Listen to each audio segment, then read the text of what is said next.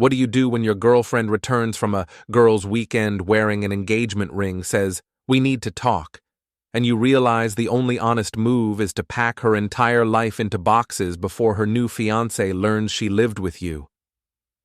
My name is Ethan Rowe, and I used to believe that sharing a key and a grocery list meant you were building something real together, even if the person you lived with smiled like commitment was a costume she could take off whenever it stopped matching her mood.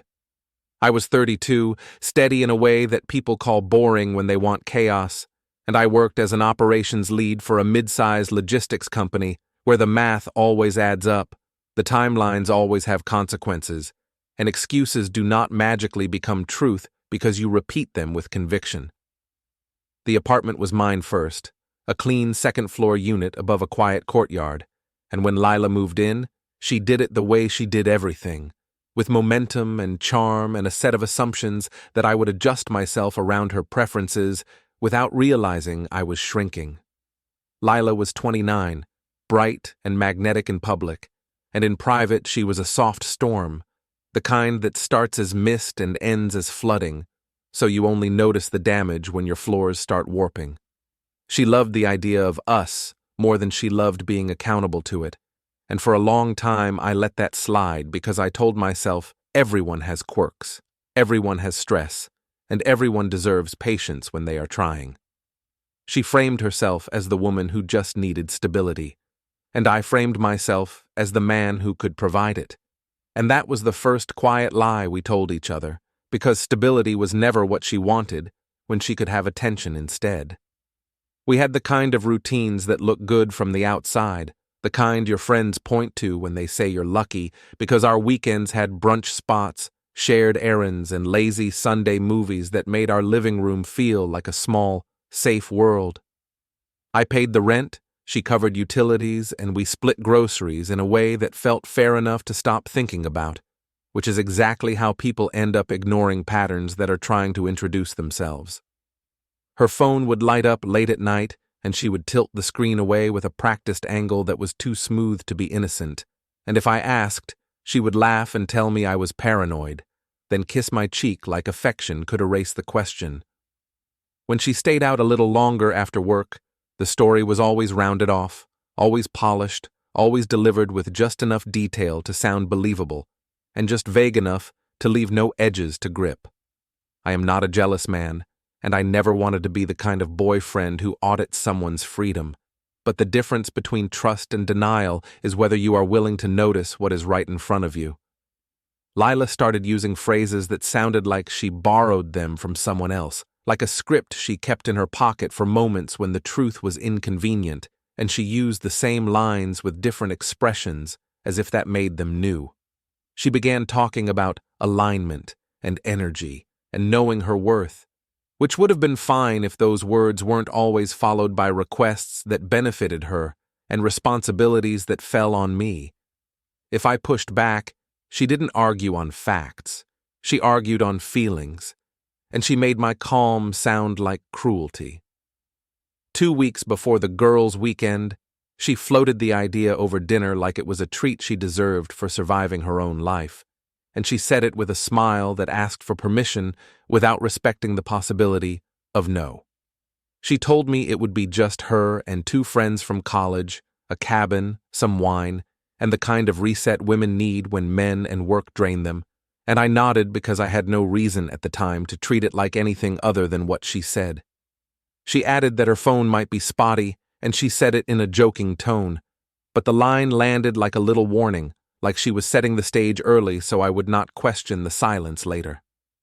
I watched her pack the night before, folding outfits that looked less like cabin clothes and more like she was dressing for photos, and when I teased her about it, she said she wanted to feel pretty for herself, which sounded healthy until you remembered how rarely she cared about being pretty when it was just me. The morning she left, she kissed me quickly, grabbed her duffel, and walked out with the same energy she used when she was bored of a room and wanted a better one.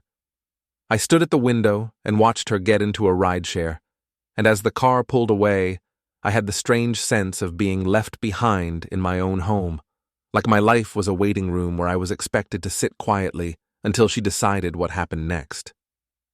I went back to my coffee, told myself I was being dramatic, and tried to enjoy the quiet, because sometimes quiet is a gift when you have lived with someone who fills every corner with their mood.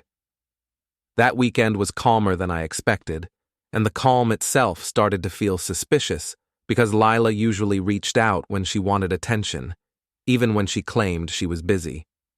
The first day I got one picture of a lake and a short message about recharging, and then the communication thinned into emojis and delayed replies that felt like they were being sent to satisfy an obligation rather than a desire. On Saturday night, I saw a social media story from one of her friends, a wide shot of a bar interior with neon signs and loud smiles, and it did not look like a cabin, and it did not look like a quiet reset. I stared at it longer than I should have, then told myself it was probably a stop on the way, or maybe a different place entirely, and I hated how easily my mind tried to patch the hole because it was afraid of what would happen if I stopped patching. By Sunday afternoon, I was restless in my own apartment, walking from room to room, noticing details that had become invisible, like her makeup scattered across the bathroom counter, her hair ties on the nightstand, her shoes lined up in the entryway like she planned to return and step right back into the life she had been coasting in. I opened the fridge and saw her favorite drinks, and I realized I had stocked them like a man preparing for a future that might already be canceled without his knowledge. That night, I slept badly, waking up to the glow of my own phone out of habit, as if I was training myself to accept whatever delay she offered me. She came back on Monday evening, later than she said she would, dragging her duffel across the floor with a tired sigh that sounded rehearsed. The moment I saw her hand, I felt the air change, because there was a ring on her finger that was too bright, too new, and too deliberate to be an accident or a joke. It was an engagement ring, the kind you do not wear unless you want it seen, and for a second I thought maybe she was playing some weird prank, something childish and cruel that she would laugh off after filming my reaction. Then I saw her face, the way she held her mouth like she was bracing for impact, and I realized this was not a prank, because she was not amused, she was calculating. She set the bag down, looked at me like I was the last obstacle between her and a new story, and said we needed to talk, which is what people say when they want to control the timing of your pain. I didn't raise my voice. I didn't ask who. I didn't demand an explanation, because something in me clicked into place with a cold clarity that felt almost relieving. I had been waiting for the truth to stop circling and finally land, and now it was sitting right on her hand, sparkling like it deserved applause. No need, I told her, and the words came out flat because my body refused to feed her the drama she expected. I watched her blink, watched confusion ripple across her expression, as if she had practiced a speech, and now the audience had left. She tried to speak anyway, because control is an addiction, and she started with a story about how the weekend got complicated, how someone had realized what they wanted, how she had been thinking for a long time, and I held up my hand, not as a threat, but as a boundary that should have existed months earlier. I told her that I did not need the performance, and that whatever she was about to say was for her conscience, not for my understanding, because I already understood the only part that mattered, which was that she had made a decision while living in my space, eating my food, sleeping in my bed, and still expected to stand in front of me as if she had moral authority. Her face tightened, and she tried to pivot into offense, because if she could make me the villain, she could leave without guilt. She said she didn't plan it. She said it happened fast. She said she didn't want to hurt me, and I felt the absurdity of those lines like a low, bitter laugh in my chest. People who do not want to hurt you do not come home wearing evidence of betrayal, and people who respect you do not treat your life like a temporary hotel while they shop for a better deal. I told her we were done, and I said it like a fact, not a threat, because threats invite negotiation, and I was done negotiating my dignity. She stared at me, then looked around the apartment like she was suddenly noticing that the walls belonged to someone else, and that her comfort here had always been borrowed. She asked where she was supposed to go, as if she had not already accepted a proposal from another man, as if her future had not been arranged over my head. I told her she could go to her parents, the same place she planned to go to share her news, and the phrase landed hard because she realized I knew exactly what she was about to do, and that I was refusing to play the part of the clueless ex-boyfriend in her new engagement story. She argued for a while, but her arguments were messy because she didn't have a clean angle that made her look good, and when she couldn't get sympathy, she tried to get anger out of me. She said I was cold. She said I didn't fight for her. She said maybe this was why she had to find someone else. And I listened without reacting because nothing about her accusations could compete with the ring on her finger. Eventually, she retreated into the bedroom and closed the door, and I stood in the living room with a strange calm, the kind that comes when the decision you were afraid to make gets made for you in the most unforgivable way. That night, while she showered and pretended the apartment was still hers for a few more hours, I sat at the kitchen table with my laptop and a notepad, and I wrote a list like it was a work problem because my brain understands lists when my heart is trying to drown. I listed what belonged to her, what documents were in our shared spaces, what subscriptions had her name on them, what accounts needed to be separated, and what timeline made the most sense if I wanted her out, without giving her days to turn it into a drama campaign. I checked the lease, confirmed that my name was the primary, confirmed that she was never added as a tenant, and the relief I felt was sharp enough to taste, because legality and clarity are the only comforts that betrayal cannot steal. By morning, she was dressed and ready to leave for her parents' place, acting like the apartment was a neutral zone, acting like what she did was just a change in plans, not a demolition of trust. She told me she would be back later to get her things, and the way she said it carried a quiet assumption that I would wait, that I would keep her belongings safe, that I would treat her with the respect she refused to give me. I nodded, not because I agreed, but because I had already decided that the version of me who kept making space for her was not coming back. As soon as the door closed behind her, I stood there listening to the silence settle, and I realized it did not feel lonely. It felt clean. I opened the windows, let cold air move through the rooms, and I started taking inventory with a calm that felt almost surgical. Her shoes went into boxes. Her clothes came off hangers. Her cosmetics were sealed carefully, and I did it with the same care you use when you want no one to accuse you of sabotage. Because I was not trying to destroy her belongings, I was trying to remove her footprint from my life. I called a local moving service, booked the earliest slot, and paid for it in full, because I did not want delays and I did not want negotiations, and I especially did not want to watch her carry a single box while performing sadness she did not earn. By late afternoon, the apartment looked different, like a set after the actor leaves, because every item that had been hers was now packed and stacked by the door, labeled neatly, ready to go. I wrote a short message telling her the movers would drop everything at her parents' house and that she would not need to come back, and I stared at my phone for a moment before sending it, because I knew what it would do. It would remove her stage. It would remove her chance to cry in my hallway. It would remove her ability to stall while she crafted a story, and it would force her to explain to her parents why her entire life arrived in boxes the same day she brought them an engagement ring.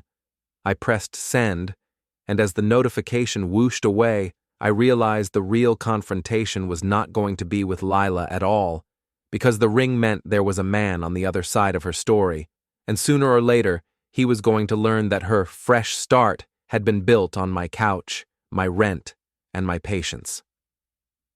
The movers arrived right on time, 2 men in work boots who didn't ask personal questions because they had seen every version of other people's mess, and I appreciated that more than they could have guessed. I walked them through the apartment, pointed at the stacked boxes, and watched their eyes flick over the labels like they were reading the outline of a life that had been abruptly rewritten. They carried everything down the stairs with practiced efficiency, and every thud of cardboard against the truck bed sounded like a door closing, which was exactly what I needed. I signed the delivery form, gave them the address Lila had listed as her parents' place, and added a small tip because I wanted the job done cleanly, without delays, without arguments, and without any excuse for her to come back pretending she needed something. When the truck pulled away, I stood in the courtyard and felt the strange sensation of having reclaimed my own space, like the air around my chest had more room to move. I went back upstairs and looked at the apartment the way you look at a place after guests leave, noticing the quiet, the blank corners, the absence of clutter that had slowly become normal. There were still traces of her, of course, because you don't erase someone in one afternoon, but the loudest parts were gone, and that mattered. I took a trash bag and started collecting the little leftovers she had scattered like ownership: a hair clip under the couch, a pair of earrings in the bathroom drawer, a half-used candle that smelled like the perfume she wore when she wanted to be forgiven. I wasn't sentimental about it, but I wasn't careless either, because I had no interest in giving her a single reason to claim I had stolen or destroyed anything, not when she already had the kind of personality that could turn inconvenience into an accusation if it suited her narrative. She called me about an hour after the movers left, and the ringtone felt almost invasive in the new quiet, like a loud voice at a funeral. I answered without greeting her, because politeness would have been a lie. She didn't start with anger, which surprised me, because Lila usually reached for fury like it was a tool, but instead, she began with that careful tone she used when she was about to manipulate someone into thinking they were having a reasonable conversation. She asked what I had done, as if she hadn't received my message, as if the idea of consequences was still foreign to her. I told her everything of hers was on the way to her parents, and I said it plainly, like I was confirming a delivery window, not ending a shared life. Her voice sharpened, and then the anger arrived right on schedule, because she needed it to feel powerful. She accused me of humiliating her, of overreacting, of being petty, and the irony was so clean it almost made me laugh. She said she was going to come back and talk like an adult, and I told her there was nothing to talk about, because the ring had done all the talking necessary. She shifted tactics, bringing up how long we had been together, how much she had invested, how I was throwing away something that could have been fixed, and I listened long enough to hear the real fear beneath her words. She wasn't afraid of losing me as a person. She was afraid of losing the stability of my apartment as a staging area while she stepped into her new engagement without any discomfort. I told her I wasn't her storage unit, and I wasn't her transition plan, and then I ended the call because there was no version of that conversation that ended with her accepting responsibility. A minute later, she texted me a paragraph full of accusations, and I didn't respond, because responding would have been participation.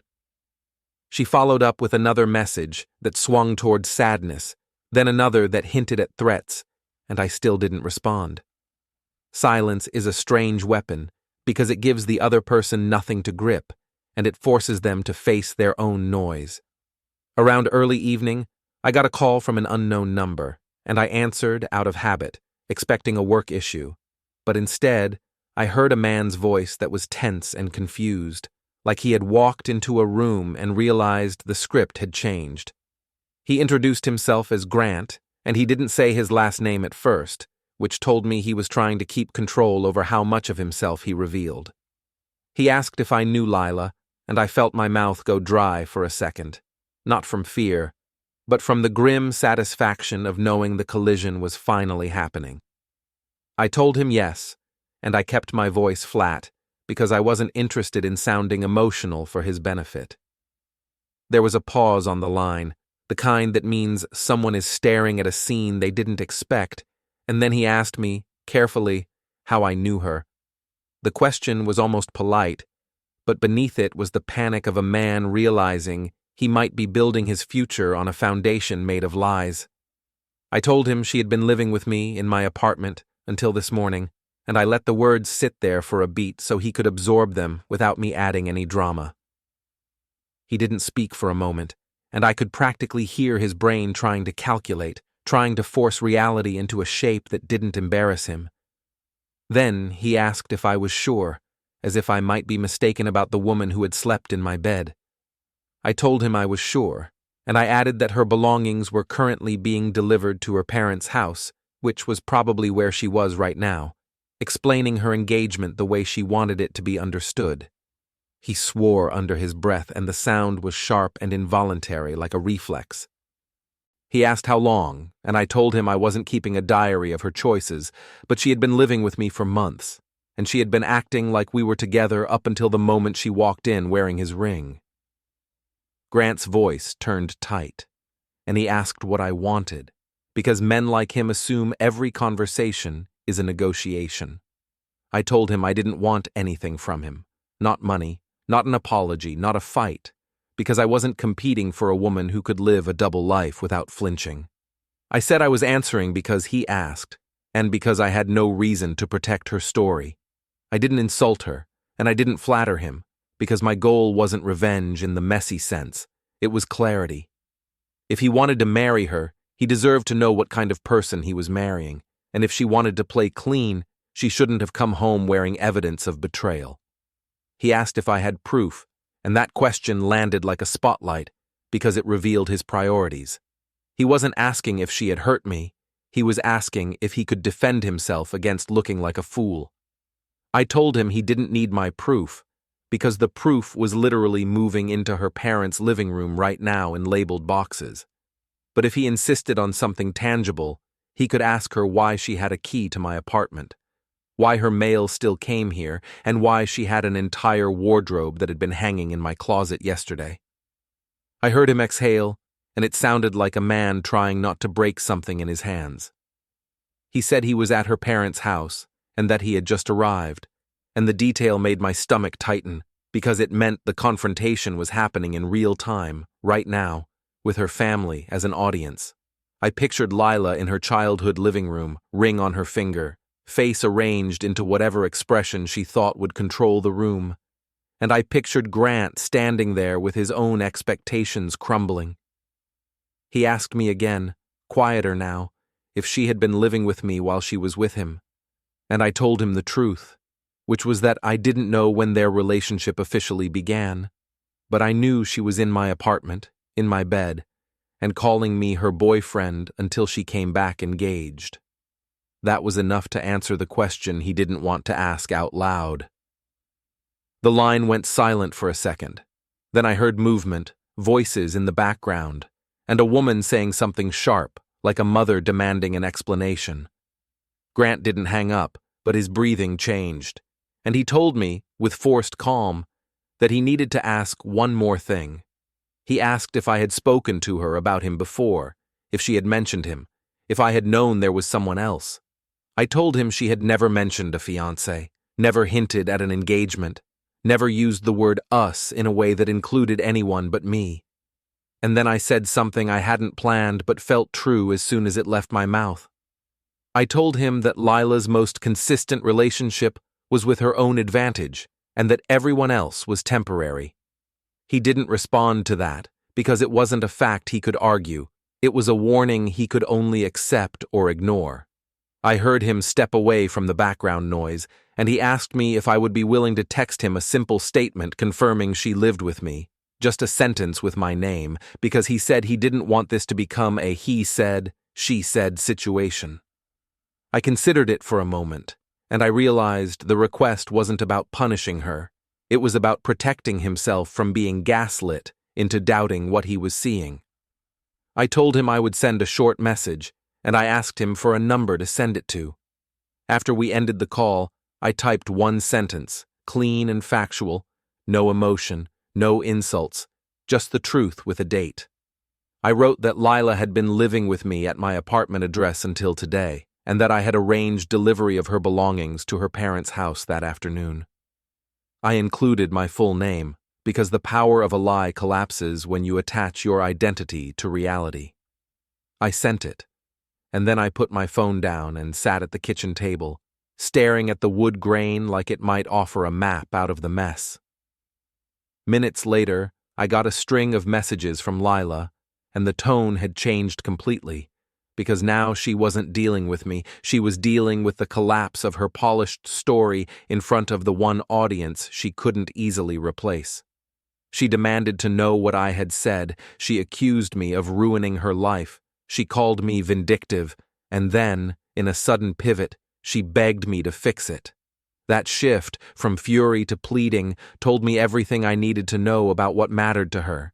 It wasn't love, it wasn't loyalty, it wasn't even the engagement itself, it was her image, and the ring was just a prop in the performance of being chosen. I didn't reply to her because I had already given her the only response she deserved, and because Grant now knew enough to make his own decision.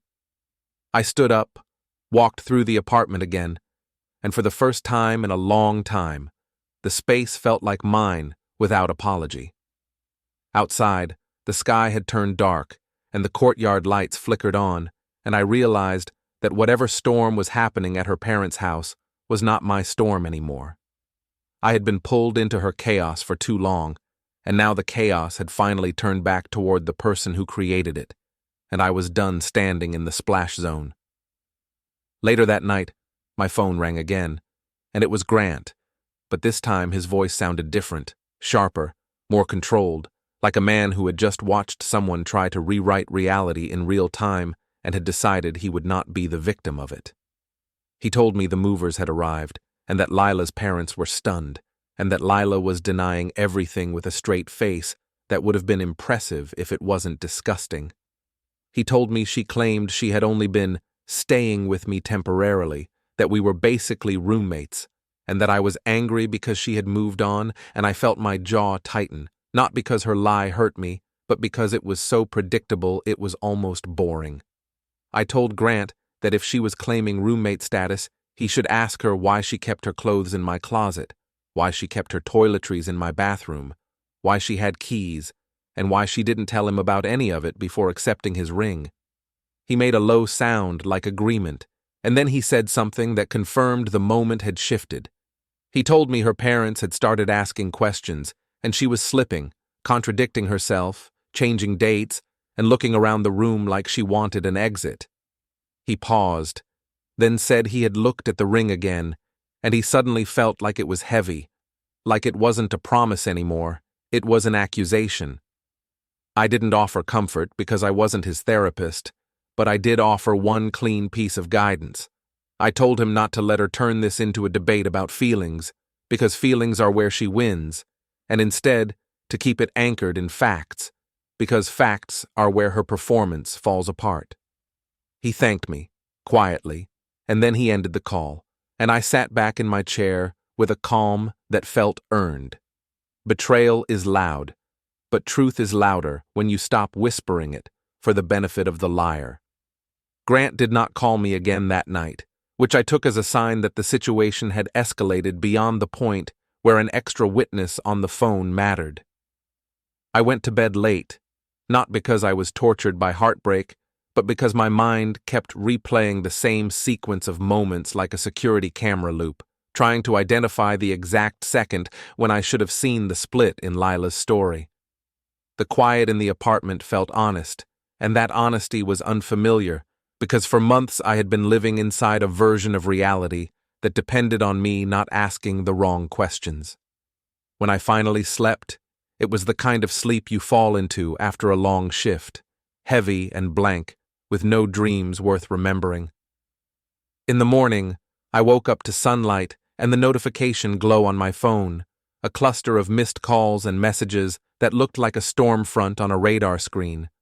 Most were from Lila, and I didn't open them at first because I knew what they would contain, a rotating mix of rage, bargaining, and self-pity, none of it anchored in responsibility. One was from an unknown number again, and I assumed it might be Grant, but when I listened to the voicemail, it was a woman, older, controlled, her words clipped with the kind of authority that comes from years of being obeyed.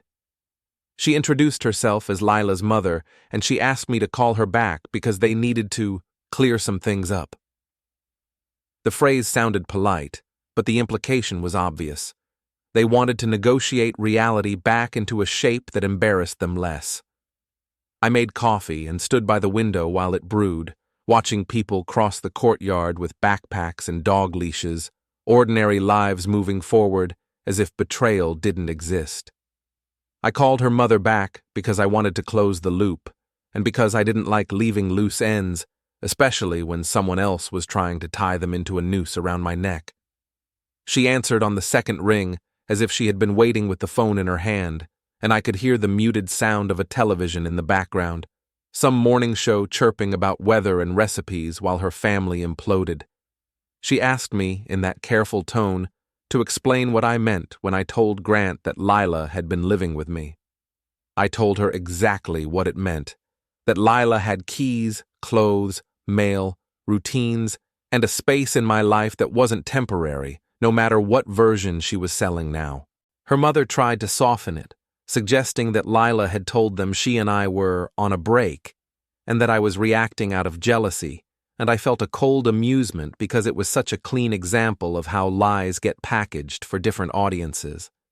When Lila wanted to keep me calm, she acted committed. When she wanted to keep her parents calm, she acted independent. When she wanted to keep Grant calm, she acted faithful. 3 versions of the same woman, none of them real. I told her mother I wasn't going to debate terminology, because whether you call it living together or staying over, the fact remained that Lila had built a relationship with me while she was building another one somewhere else.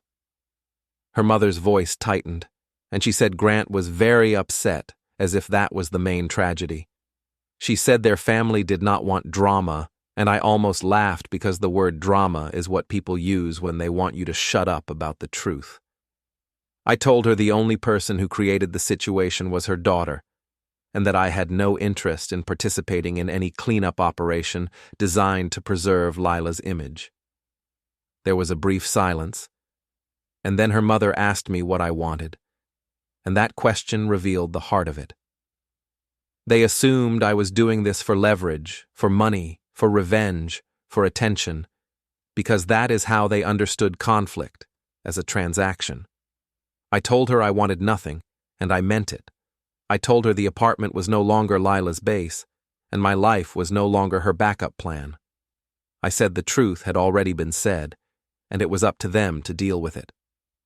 She tried to press, implying that I should consider how this could ruin Lila's future, and I felt my patience thin because the focus remained on the consequences for Lila, never on the choices that caused them. I told her mother something I hoped she would repeat to her daughter, even if she pretended not to hear it. I told her that if Lila's future could be ruined by the truth, then the future she was building was already rotten. Her mother ended the call quickly after that, not with a goodbye, but with the kind of clipped dismissal that people use when they realize they can't control you. I set my phone down and felt a strange calm, because the moment I refused to be managed, the whole machinery of their narrative stopped working.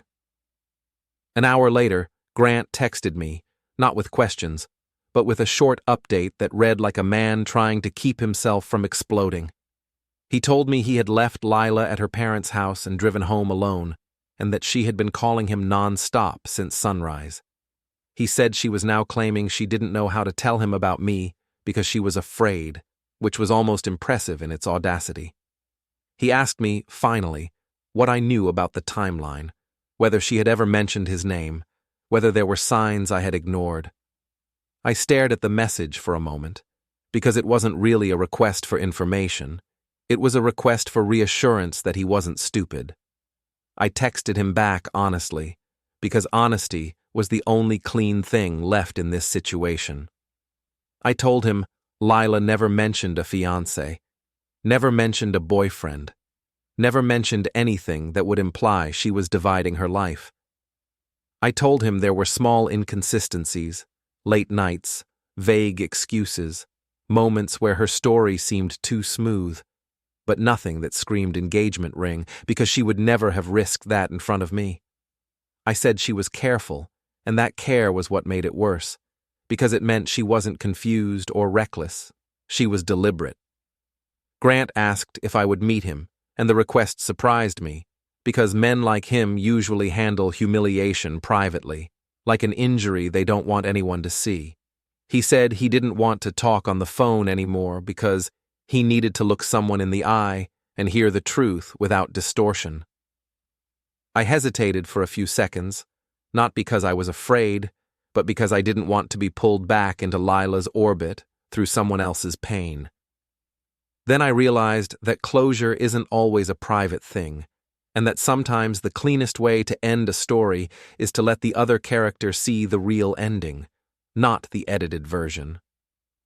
We met at a quiet cafe a few blocks from my building, a place with small tables and the kind of background music that tries too hard to sound calm. Grant arrived early, sitting rigidly in a corner like he was waiting for an appointment he didn't want. He stood when he saw me, and his handshake was firm but slightly delayed, as if his body was trying to perform confidence while his mind was still catching up. He looked like someone who had slept badly, eyes tired, jaw clenched, but he also looked like someone who had spent the morning replaying every conversation he had ever had with Lila, searching for the exact moment she lied. We ordered coffee, and we sat. And for a moment, neither of us spoke because there is a strange etiquette in shared humiliation. Grant broke the silence first, asking me how long I had been with Lila.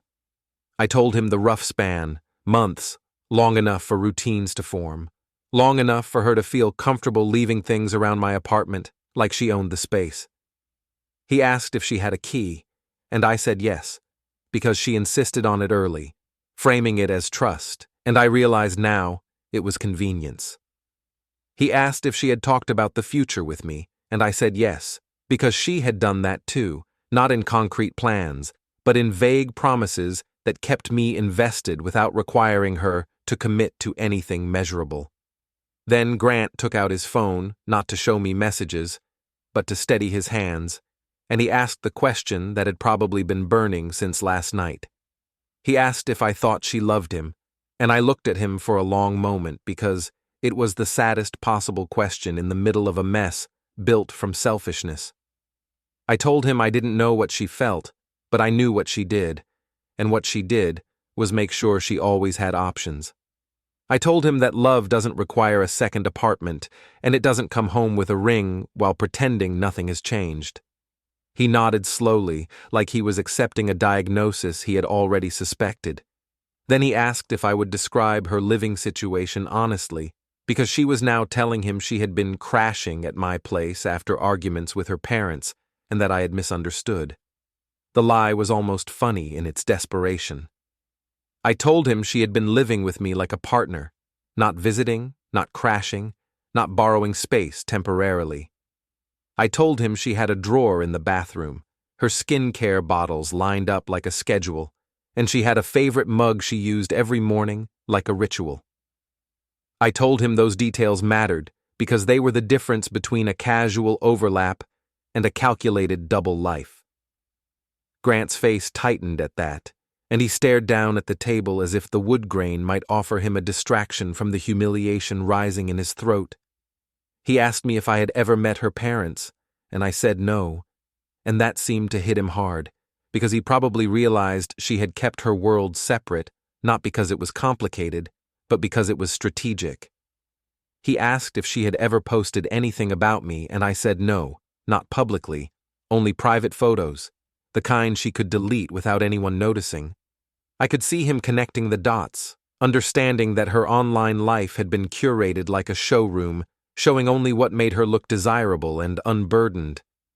Then he told me what happened at her parents' house, and I listened without interrupting because he needed to say it out loud.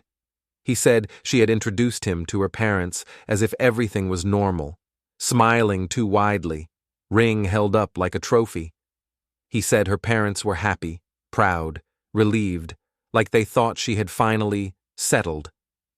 Then the movers arrived, and the first box came through the door with my address printed on the label, and the room shifted in a way he could physically feel.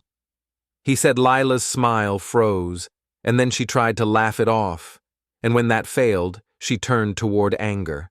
And when anger failed, she went straight into tears, not grief, but performance. He told me she tried to claim I was obsessed, that I couldn't let her go, that I was doing this to sabotage her engagement, and he said the worst part wasn't that she lied. It was that she lied with confidence, like she believed the room would choose her version because it was more convenient. Grant said her father had started looking at the boxes like they were evidence in a trial, reading the labels, asking questions, and Lila kept changing her answers. At one point, Grant said, she tried to frame it as a misunderstanding about boundaries, as if boundaries were the reason she had been living with another man while accepting his ring. I sat there and felt something close to relief, not because I wanted Lila to suffer, but because the truth had finally gained witnesses, and witnesses make lies harder to recycle. Grant looked up at me then, eyes hard, and he said he was done, but he wanted one last thing before he ended it. He said he wanted Lila to admit, out loud, that she had been living with me, because he didn't want the story to evolve into a version where he was the villain and she was the victim. He asked me if I would be willing to be on speakerphone when he confronted her, just long enough to confirm the facts, and then he would never contact me again. I thought about it, and I realized that what he was asking for wasn't revenge. It was closure, a simple anchor point that would stop her from rewriting the narrative later. I told him yes, but only if he kept it short and factual, because I had no interest in being dragged into a theatrical argument. He nodded, and for the first time since we sat down, his posture eased slightly, as if having another person confirm reality gave him back a fraction of his control. We finished our coffee in silence, and the silence was no longer awkward. It was practical. Grant stood, thanked me again, and then said something that surprised me with its blunt clarity. He said he couldn't believe she had been able to look at him with that ring on her finger while she still had her life at my place, and he said he felt like he had been invited into a story where the ending had already been written, and he just hadn't been told. I didn't disagree, because disagreement would have been dishonest. After he left, I walked back to my apartment and noticed the city in a new way, not because the buildings had changed, but because my role in the story had changed. I wasn't the confused boyfriend anymore, and I wasn't the angry ex either. I was the person who had refused to bargain with a lie. When I got home, I saw that Lila had sent another message, shorter this time, sharper, a line that accused me of ruining everything. I stared at it and felt almost nothing, because she was right in one narrow sense. I had ruined the version of reality where she got to keep everyone, and I considered that a public service. My phone buzzed again, and this time it was Grant, a single text that read like a decision. He said he was going to her parents' house now, and he would call once, and then it would be over. I set my phone on the counter, washed my mug, and waited, because there are moments when you can feel the story tightening toward its final turn, and you don't need to rush it. You just need to be ready when it lands. Grant called me from his car, and I could hear the turn signal clicking like a metronome keeping time with his anger. He did not sound dramatic anymore, which was almost worse, because he sounded focused, like a man who had decided the only way to survive humiliation was to turn it into something clean and final. He told me he was 10 minutes away from her parents' house, and he asked me again if I would confirm one simple fact if she tried to twist it. I told him I would not argue with her, I would not react to her insults, and I would not let her drag me into a performance, but I would confirm what I knew, and then I would hang up. He said that was all he needed, and he ended the call without a goodbye, like he was conserving emotion for the next collision. I sat on the edge of my couch and stared at the blank television screen, watching my own reflection in it like it belonged to someone else. I kept thinking about how quickly the meaning of a person changes once the mask is gone, because yesterday Lila was the woman who had left for a trip and returned with a ring, and today she was a problem moving through rooms, leaving damage behind her like smoke. I did not feel grief, at least not in the sentimental way people expect. I felt the hard exhaustion of having been used as a staging area for someone else's fantasy, and I felt a cold satisfaction that the fantasy had finally met the friction of reality. When my phone rang again, I answered on the first ring, and Grant's voice came through tight and low. He said he was in their driveway, and he could see her car parked beside his, as if she still believed the world would politely make room for her contradictions. He said her father was on the porch, arms crossed, and her mother was pacing behind him in the doorway, like a referee trying to decide which rules applied now. Grant told me he was putting me on speaker, and then he walked inside, and I heard the shift in acoustics as the sound of the car disappeared and the sound of a house took over, quiet and tense, the way houses sound right before they become arenas. Lila's voice hit first, sharp and theatrical, and I could picture her without seeing her because I had seen that tone before when she wanted to control a room. She demanded to know why Grant was doing this, and she said she had already explained everything, and the words were so familiar they almost bored me. Then her mother's voice cut in, urging calm, and her father said something I could not fully make out, but the cadence was the cadence of a man who had reached the end of patience. Grant did not raise his voice, which made everyone else sound worse by comparison, and he asked her a question that was almost insultingly simple. He asked her if she had been living with me. There was a pause, and in that pause I could hear everything she was calculating, the angles, the exits, the version of the story that gave her the least immediate pain. Then she laughed, a brittle laugh that did not match the moment, and she said something about how I was obsessed, and how I was trying to ruin her life because I could not accept that she had chosen someone else. Grant asked again, using the same calm tone, and that was when she snapped.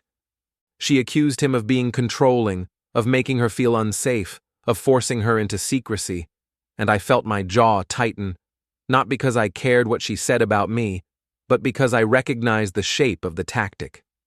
When a liar runs out of plausible facts, they start building a moral accusation because morality is harder to disprove in real time. Grant said my name, clearly, and then he said he had me on the phone. He told her he did not want a speech, he wanted a yes or no, and he asked the question a third time. Lila's voice changed instantly when she realized I could hear her, softening at the edges, trying to regain the image of the reasonable woman trapped between two unreasonable men. She said she and I had been seeing each other, but she insisted it was not serious, and she claimed she had been staying with me only because she needed space, and she said I had misunderstood the arrangement. She tried to make it sound like a casual overlap, like a mistake in communication, like a mild social inconvenience. I spoke only once, and I made sure my voice stayed flat, because flat voices are harder to manipulate. I said she had keys to my apartment, she had mail delivered there, she kept her clothes there, and she stayed there most nights for months. I said she was not crashing, she was living there, and I said it without anger, because anger would have made it a debate. The room went quiet for a beat, and then Lila exploded, screaming that I was lying, that I was making things up, and that I was a jealous man who could not let her go. Her mother tried to hush her, and her father said her name in a way that sounded like disappointment, not protection, and I realized that in that moment Lila was losing something she could not replace with a new story. Grant asked her why she had come back from a girls' weekend, wearing an engagement ring if she was still living with me. Lila tried to pivot again, saying the weekend was complicated, saying she had been pressured, saying she had not wanted to hurt anyone. She kept circling the same false center, the idea that she was a good person, trapped by circumstance, when the truth was simpler. She wanted what she wanted, and she thought she could take it without paying for it, because she had been paying with other people's dignity, not her own. Grant told her he had seen the moving boxes, he had read my address on them, and he had heard my voice confirm it. He said there was nothing left to discuss. Then he said something that made me sit up straighter, because it was the first genuinely strategic thing I heard from him. He said he wanted the ring back, and he wanted it back today, because he was not going to let her keep it as a souvenir of a lie she told at his expense. Lila protested, and her mother jumped in, suggesting they could handle this privately, and I almost smiled, because people always want privacy when the truth starts leaving fingerprints. Grant said no, and he repeated that he wanted the ring back now. Her father spoke then, his voice lower, heavy with finality, and he told Lila to give the ring back. The authority in that sentence was different from Grant's, and it landed differently, because it came from a man who had watched her grow up and still found himself disgusted. Lila started crying, real crying this time, not the performance tears, but the angry tears of someone realizing the room will not rescue her. I heard the small metallic sound of the ring hitting a hard surface, probably a table, and then Grant exhaled, slow and controlled, like a man letting go of something he had been gripping too tightly. He told her he would send her a message later about anything practical that remained, but he did not want her contacting him until then. Lila tried to speak again, her voice frantic, promising explanations, promising that she could fix it, and Grant cut her off with a single sentence that sounded almost gentle. He said some things are not fixed, they are ended. Then he told me he was hanging up, and he did. I stared at my phone for a moment after the call ended, as if it might ring again with a new catastrophe. It did not. The silence that followed felt clean, and that cleanliness was unsettling, because I had gotten used to being pulled into Lila's chaos the way you get used to bad weather. I walked into the bedroom and opened the closet, and the space where her clothes had been was already empty, but the emptiness itself felt like evidence. I looked at the imprint of her presence, the small dents in the carpet where her suitcase used to sit, the faint floral scent that still clung to the room like a lie refusing to leave. My phone buzzed a few minutes later with a text from Lila, and I did not open it immediately. I waited, because I did not want to give her the satisfaction of instant reaction. When I finally looked, it was exactly what I expected, a message that tried to punish me for refusing her control. She called me petty. She called me cruel. She said she had trusted me. And then she ended with a threat that was written like a warning but meant as leverage. She said I had better be careful about what I told people, because she could tell her side too. I read it twice, not because it was profound, but because I wanted to memorize the tone, the way she shifted from victim to aggressor the moment sympathy was denied. I did not respond. Instead, I opened my notes app and wrote down a timeline in plain language, because the one thing I had learned from living with someone like Lila was that the story always matters, and the person who keeps the story straight usually survives. I wrote the date she left for the trip, the date she returned with the ring, the date she told me they needed to talk, the date I moved her belongings out, and the date Grant confronted her at her parents' house. I wrote it like a log, not because I planned to use it in court, but because I wanted my own memory to be anchored in facts, not in her emotions. That afternoon, I left the apartment for the first time since the moving trucks, and the air outside felt sharper, like winter was finally committing. I walked to a nearby store to buy a few things I did not need, simply to give my body a task while my mind processed the shift. As I walked, I caught myself scanning faces, half expecting to see Lila appear out of nowhere, because she had that habit of forcing confrontation on her terms. I did not see her, and I realized that she had lost her leverage the moment she lost access to my space. When I returned home, there was a small envelope under my door, white, unmarked, except for my name written in familiar handwriting.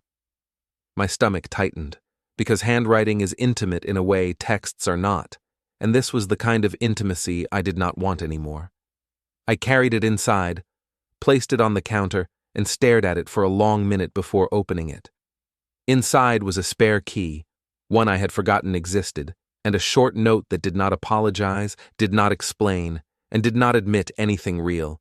It said she hoped I would be mature about this, and it said she never meant to hurt anyone, and it said she would come by later to get the last few things she had left. The arrogance in that last line made my mouth go dry, because she still spoke as if she had rights here, as if my apartment was a storage unit for her convenience. I picked up the key, placed it in my palm, and felt the cool metal against my skin. Then I took the note and tore it slowly into strips, not in a rage, but in a deliberate act of closure. I threw the pieces into the trash, locked the door, and for the first time since she returned with that ring, I felt the situation simplify down to one clear truth. She could no longer enter my life without permission, and I had no reason to grant it. My phone buzzed again, this time from Grant, and the message was short, almost clinical. He said it was done, he had the ring, and he thanked me for confirming the facts. Then he added one last line that made my stomach shift, because it hinted at a different kind of chaos. He said Lila's parents asked him for my address, and he did not give it, but he wanted me to know they might try to contact me anyway. I looked at the locked door, the deadbolt, the chain, and I realized that this story was not finished with me yet, because people like Lila do not accept endings when they still think they can rewrite them. The next morning, I woke up before my alarm and lay there listening to my own apartment settle, the pipes ticking softly, the refrigerator humming like it was trying to pretend nothing had happened. I checked my phone out of habit, not because I wanted messages, but because I wanted to know what kind of day I was about to be forced into, and there were 3 missed calls from an unknown number, spaced out like someone pacing a hallway. I did not call back, because calling back is how you let people drag you into their script, and I had already learned that Lila's scripts always ended with someone else apologizing for her choices. When I stepped into the kitchen, I saw the spare key still sitting on the counter where I had left it, and the sight of it made me feel both safer and more exposed at the same time. It was proof that she had been here, even after everything, and it was also proof that she had been forced to surrender something she thought she owned. I made coffee slowly, using the routine like a shield, and while it brewed, I opened my notes app again and added a line. Unknown number called 3 times. No voicemail. I was not building a case, not officially, but I was building a spine for myself, because when the manipulation starts, memory becomes a battlefield. Around noon, there was a knock at my door, not the polite tap of a neighbor, but a firm, rhythmic knock that carried confidence, like whoever was outside expected to be let in. I did not open it immediately. I walked to the peephole, leaned in, and saw an older woman I recognized from pictures on Lila's phone, her mother, hair done neatly, coat buttoned, eyes sharp with the kind of determined concern that can turn into accusation without warning. Beside her was Lila's father, taller than I remembered, posture stiff, as if he had spent the entire night rehearsing a speech he did not want to give. I did not open the door. I spoke through it, keeping my voice low and even, because distance is power when emotions are trying to spill into your space. Her mother called my name like we were old friends, as if she had not been asking for my address yesterday. She said they just wanted to talk, that there had been misunderstandings, and that everyone was very upset. Her father did not speak at first, and that silence told me he was either there to keep her controlled or to make sure she did not back down. I told them I was not interested in a conversation at my door. Her mother said she understood, but she kept talking anyway, and she said Lila was in a fragile state, that she had made mistakes, and that I should not make this harder by refusing to communicate. The word fragile landed like a cheap trick, because fragile is what people call someone when they want you to feel responsible for the consequences of their behavior. I told her I had already moved Lila's belongings out, that she was no longer living with me, and that there was nothing to discuss. Her father finally spoke, and his voice was quieter than hers, but it carried weight. He said he did not come to defend what Lila did, and he did not come to threaten me, and he asked if I could at least confirm one thing for him, because he needed it for his own peace of mind. I said I would confirm facts, nothing else. He asked how long she had been living with me. I gave him a time range, not exact dates, but enough to make the situation impossible to minimize. Her mother inhaled sharply, like she had been clinging to a smaller version of the truth, and her face tightened with something that looked like grief and anger tangled together. Then her mother's tone shifted, and I felt it happen the way you feel the temperature change when a storm is about to break. She said Lila had told them she and I were seeing each other casually, and that I had gotten attached, and she said she needed to know whether I had pressured her, whether I had made promises, whether I had done something to trap her into staying. It was a test, a trap dressed as concern, and it was also a signal that Lila had already started crafting the narrative that would make her less guilty.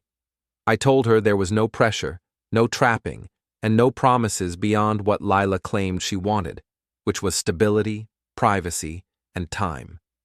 Her father exhaled like he had been holding his breath for days. Her mother did not accept the answer. She asked if I knew about the engagement, and I told her I learned when Lila came back with a ring and said they needed to talk. Her mother's eyes narrowed, and she said Lila claimed she had planned to tell me earlier but had been afraid of my reaction. The audacity of that line almost made me laugh, because Lila was not afraid of reactions.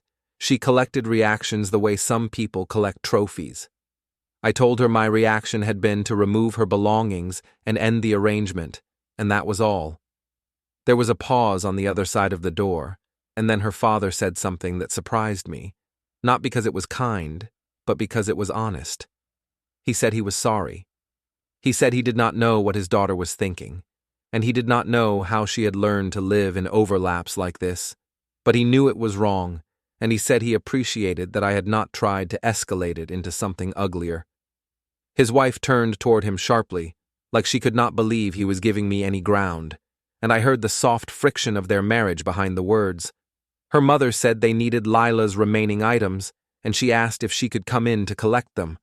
I told her there were no items inside, and if anything had been left accidentally, I would place it in a sealed bag outside the building entrance with a time window for pickup.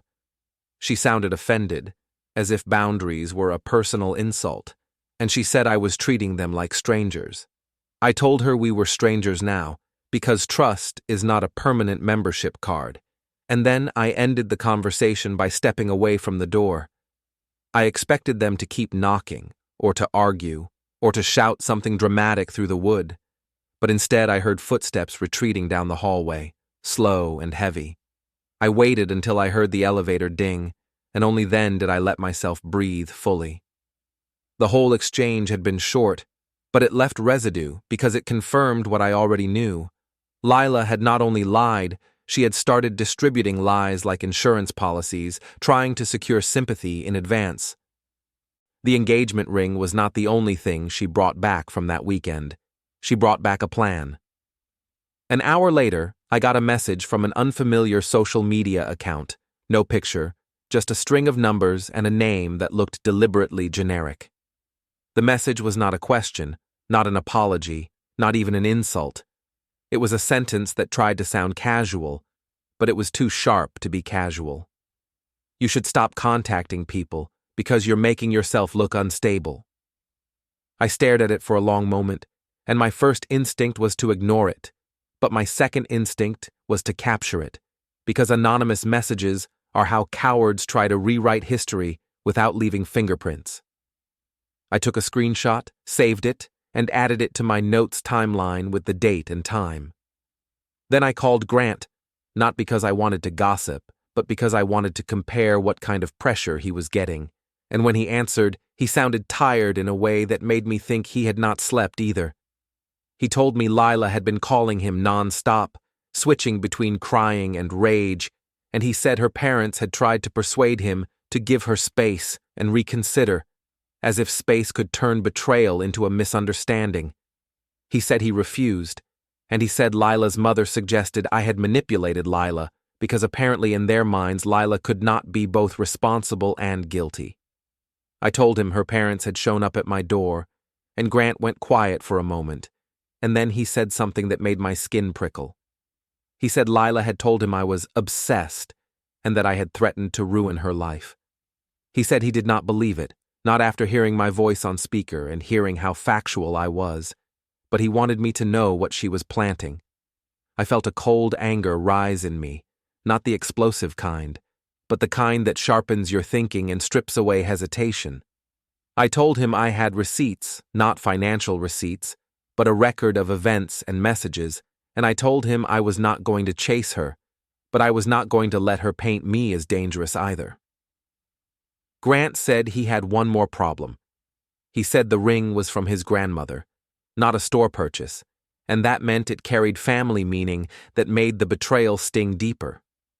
He said his family was angry, and they wanted to know who I was, where I lived, and whether I planned to do something. The idea that I might be treated like a threat because I was the person Lila lied to felt surreal, but it also made sense because people under stress reach for the simplest villain. I told him I planned to do nothing except keep my distance and protect my own name, and I told him if anyone asked, he could say exactly that. After the call, I sat down at my kitchen table and opened my laptop, not to start a war, but to prepare for the possibility of one. I gathered what I had, without digging into anything illegal or invasive, just what was already mine. The moving company receipt with my name, the message thread where Lila told me she was going on a girls' weekend, the photo she posted publicly with a vague caption that now looked like a smirk, and the screenshot of the anonymous message implying I was unstable. I organized it into a simple folder with clear file names and dates, the way you would organize evidence for a landlord dispute or a workplace misunderstanding, because the structure itself becomes a defense. At around dusk, my building's intercom buzzed, and the sound startled me because it was so ordinary, the kind of sound that usually means a package or a neighbor forgetting keys. I walked to the intercom and asked who it was. A man's voice answered, polite and professional, saying he had a delivery for me that required signature. I asked which company, and he said it was from a local courier service. I told him to leave it with the front desk, but he said it was marked, hand to recipient. That phrasing made my stomach tighten, because hand to recipient is what people choose when they want certainty. I went downstairs, keeping my posture calm, and when the elevator doors opened onto the lobby, I saw a man in a courier jacket holding a flat envelope. He asked for my name, I confirmed it, and he handed me the envelope with a neutral expression, as if he had no idea what was inside. The envelope was thick, heavier than it should have been, and the return address was a post office box number. No name, no company, no warmth. I did not open it in the lobby, because I did not want to give anyone watching the satisfaction of seeing my reaction. I signed, thanked the courier, and walked back upstairs with the envelope held carefully, like it might leak something onto my hands. Inside my apartment, I placed it on the table and stared at it, the way you stare at a message you know will change the tone of your life. I used a letter opener and slid it under the seal, slow and controlled, and when I pulled the contents out, I felt a flicker of shock I did not expect. It was not a legal notice, not a threat, not a love letter. It was a printed packet of screenshots, photos, and a short typed note clipped to the front. The note was only 2 lines long, but the implication was heavy enough to make my chest feel tight. It said, in clean black font, that if I believed I was the only man Lila had been living with, then I was naive, and it said there was another person who deserved to know the truth. Under the note was a photo of Lila, taken recently, standing beside someone I did not recognize, smiling in a way that looked practiced, and on her hand, the engagement ring caught the light like a warning. I flipped through the packet, heart beating harder now, and the images grew more specific, more damning, more impossible to dismiss as coincidence. Whoever sent it had been watching her longer than I had, and they had decided I was the next person to be pulled into the blast radius. By the time I reached the last page, my hands were steady again, but my mind was no longer calm, because I understood exactly what this was. This was not just fallout. This was a second layer of the story, and it meant someone else had been documenting Lila too. And the worst part was that the packet included an address, and next to it, a name, and I recognized the street immediately, because it was the street where her parents lived. I sat at the table with the packet spread out like a map of someone else's war, and for a long minute, I did not do anything heroic or clever, because my brain was busy recalibrating to a new kind of betrayal. The address printed near the bottom of the last page was on the same street as Lila's parents, but it was not their house, and the name beside it was not hers either. It was a full name, first and last, spelled neatly, like whoever typed it wanted there to be no confusion, no wiggle room, and no chance for Lila to twist the facts later. The first impulse was anger, the kind that pushes you toward the door without shoes. But I did not move on impulse anymore, because impulse was the fuel Lila used to light rooms on fire and walk away smiling. I forced myself to breathe slowly, then I reread the two-line note clipped to the packet, and I tried to hear the voice behind it, because notes like that always have a tone even when they are typed. It was not threatening, not pleading, and not emotional, which made it feel more dangerous than any rant would have, because it sounded like a person who had already accepted damage and decided to convert it into leverage. I flipped back through the pages and looked for patterns instead of drama. The first few screenshots were social media images, the kind anyone could pull from a public profile, but the later pages were different, and the difference mattered. There were photos taken from inside a car at dusk, grainy but clear enough to show Lila's profile in the outline of a man's shoulders, and there were screenshots of messages where the sender name had been blacked out while the date and time remained visible. Whoever made this packet had access to details that were not public, and they had chosen to share them with me, which meant I was either a tool in their plan or a partner in it. I picked up my phone and called Grant again because the fastest way to test whether I was being manipulated was to compare notes with someone else who had already been in the blast radius. He answered on the second ring, voice wary, and when I told him I had received an anonymous packet with a name and an address, he exhaled like a man who had just heard thunder after seeing the clouds. He asked whose name it was, and I told him, and there was a brief silence that told me he recognized it. Then he said that was the name Lila had mentioned once, casually, in a way that had sounded like a joke at the time, and he said she referred to him as the safe option, like the man was an appliance she could plug into her life when she got tired of improvising. Grant asked me what I planned to do, and I told him the truth, which was that I did not know yet, because every decision felt like it could be used against me. He said his family had been asking questions, and that he had refused to give them my address, and he said Lila's mother had already been hinting that I was unstable, like she was laying a foundation for a story where Lila was a victim of two men instead of an architect of her own lies. I told Grant I had not contacted anyone, that I was not going to show up at someone's house like a villain in a cheap thriller, and I said I only wanted to know what was real. Grant paused, and then he said something that made my stomach tighten again. He said the name in my packet was not just a random fiancé, because that man's family had money and influence in a small, petty way, the kind that controls charity boards and church committees and neighborhood narratives. Grant said Lila knew exactly what she was doing if she was tying herself to that family, and he said that if I walked into their world angry, I would be framed as the problem before I even spoke. I thanked him for the warning, ended the call, and stared at the address again, because the challenge was no longer just telling the truth. It was telling the truth in a way that could not be buried under polite denial. I did not drive there that night because darkness makes everything look like stalking, even when you have a reason, and I refused to give anyone the optics they wanted. Instead, I cleaned my apartment like a man scrubbing fingerprints off his own life, not because I had done something wrong, but because I wanted there to be nothing in my space that still belonged to Lila's chaos. I put the packet in a clear sleeve, slid it into a folder, and labeled it with the date, and then I set the folder inside a kitchen drawer because I needed to be able to find it quickly if the story turned. After that, I slept lightly, waking twice to check that the door was locked, which irritated me because fear is the last gift liars leave behind.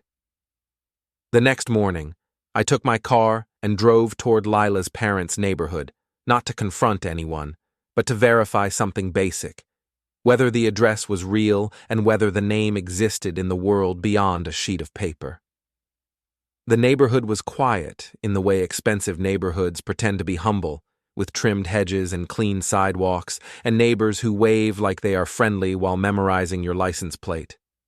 I parked 2 blocks away because I had no interest in being noticed, and I walked the rest of the way, hands in my coat pockets, head up, posture neutral, like a man out for a routine morning walk. When I reached the street, I recognized Lila's parents' house immediately, because it was the kind of home built to signal stability, and right now, stability was the mask hiding rot. I did not stop there, and I did not look too long, because the point was not to relive yesterday's theater.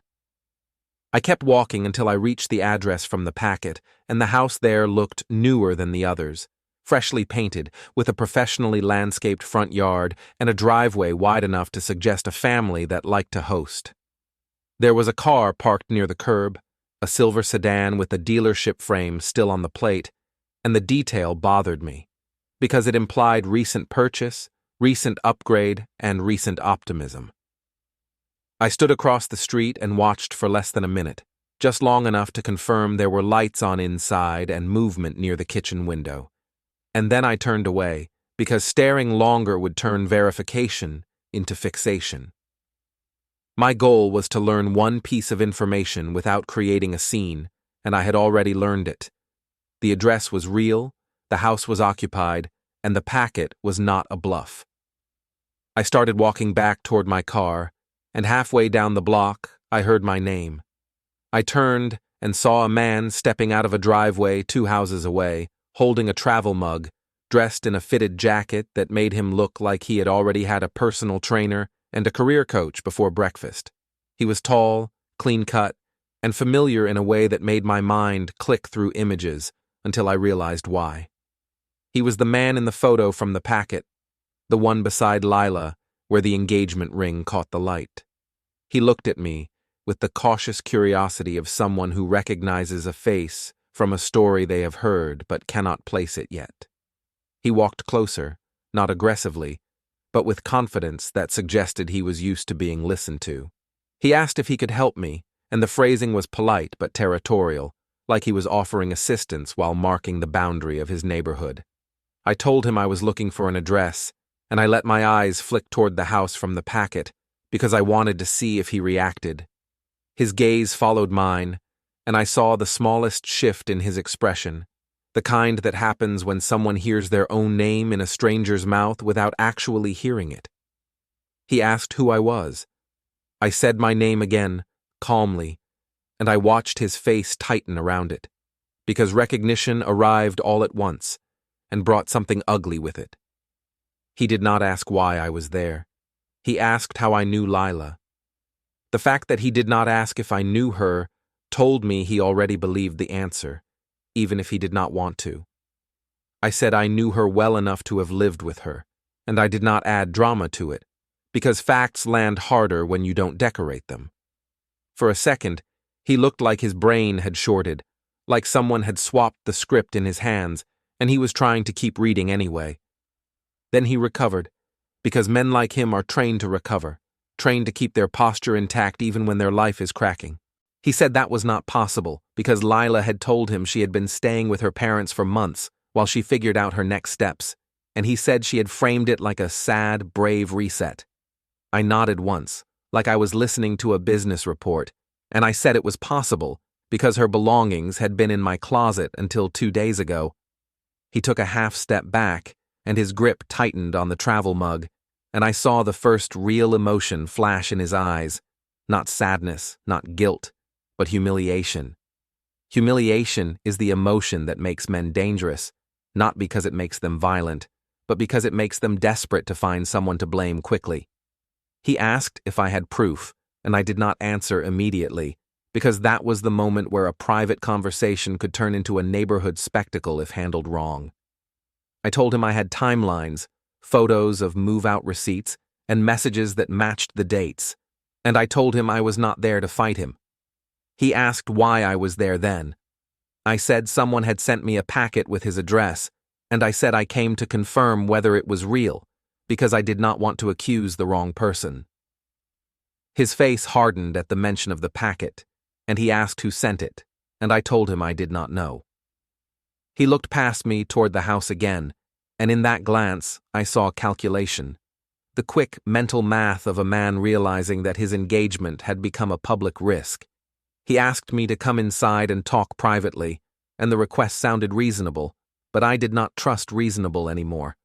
I told him I would talk in a neutral place, somewhere public enough to stay civil, but private enough to avoid gossip, and I suggested the cafe on the main road where nobody cared about neighborhood reputations. He hesitated, then nodded, and he said he needed 10 minutes. I watched him walk toward his house, and when he reached the door, he paused, as if he could feel his life changing before he even crossed the threshold. He went inside, and I stood on the sidewalk with my hands in my pockets, feeling something cold and clear settle into my chest.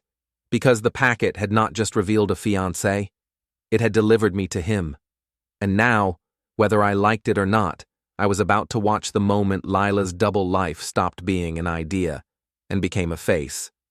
The cafe sat on the main road like a compromise, bright windows, neutral music, and the kind of steady foot traffic that kept everyone civil because nobody wanted to be the loud story strangers remembered.